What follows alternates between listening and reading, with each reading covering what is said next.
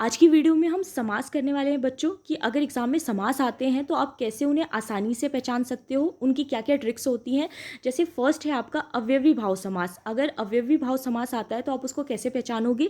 जिन शब्दों के प्रारंभ में आपके उपसर्ग लगे होते हैं वो ज़्यादातर आपके अवयवी भाव समास होते हैं।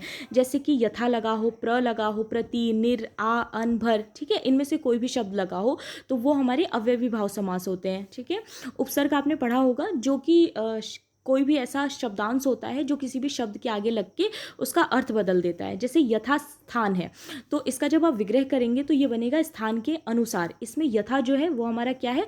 उपसर्ग है। उसी तरह आजीवन है, ठीक है, आ प्लस जीवन इस तरह से बन रहा है। तो जब आप इसका समास विग्रह करेंगे तो क्या बनेगा? जीवन भर।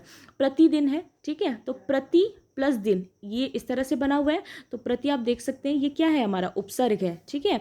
तो जब आप इसका समास विग्रह करेंगे तो क्या बनेगा? प्रत्येक दिन बनेगा। तो आप पहचान जाइएगा कि जिसके भी आगे आपके उपसर्ग लगे हुए होते हैं ये, ठीक है, वो हमारे अवयवी भाव समास होते हैं। अब नेक्स्ट है बच्चों सेकंड कर्मधारय समास। जब शब्दों के दूसरे पद की हमें विशेषता ज्ञात होती है। जैसे मान लीजिए कोई एग्जाम्पल आपके लिए दिया गया है काली मिर्च, ठीक है, तो इसमें हमें जो हमारा दूसरा पद है मिर्च जो है ये हमारा दूसरा पद है, तो हमें मिर्च की विशेषता पता चल रही है कि मिर्च कैसी है? मिर्च काली है। तो काली है जो मिर्च, ये कौन सा हो गया? हमारा कर्मधारय समास, ठीक है। जब भी हमें किसी शब्द में दूसरे पद की विशेषता पता चले तो वो हमारा कर्मधारय समास होता है। अब याद कर लेना, नील कमल है तो इसमें हमें पता चल रहा है कि जो कमल है वो कैसा है? नीला है, ठीक है। तो नीला है जो कमल, जब आप इसका विग्रह करोगे तो लिखोगे नीला है जो कमल। तो हमें जब भी विशेषता का पता चलता है तो वो हमारा कर्मधारय समास होता है, ठीक है। पीछे वाला जो शब्द होता है ये, इसकी विशेषता हमें आगे की तरफ पता चलती है, ओके।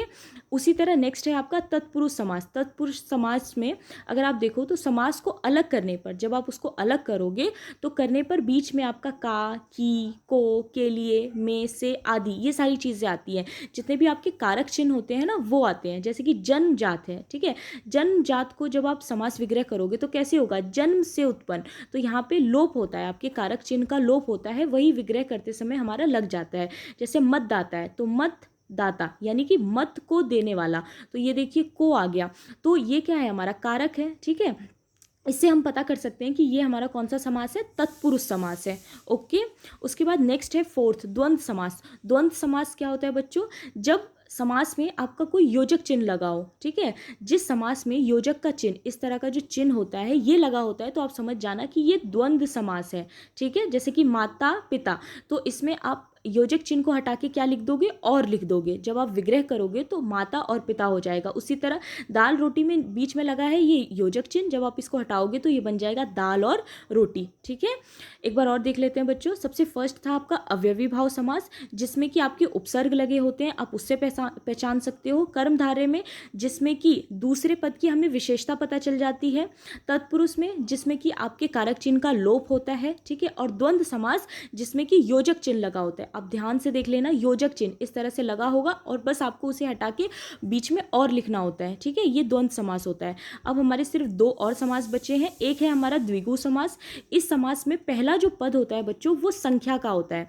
इसको आप ये बहुत आसान है, जैसे कि नवरत्न है, ठीक है, तो आगे वाला जो पहला पद है ये क्या है? नव।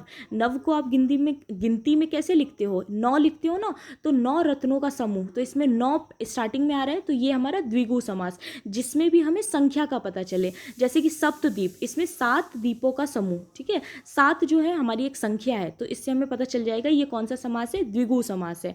उसी तरह से त्रिभुवन है तो 3 भवनों का समूह, ठीक है, इसे हम कौन सा समास कहेंगे? द्विगु समास, जिसमें भी हमें पहले पद में संख्या का पता चल जाए।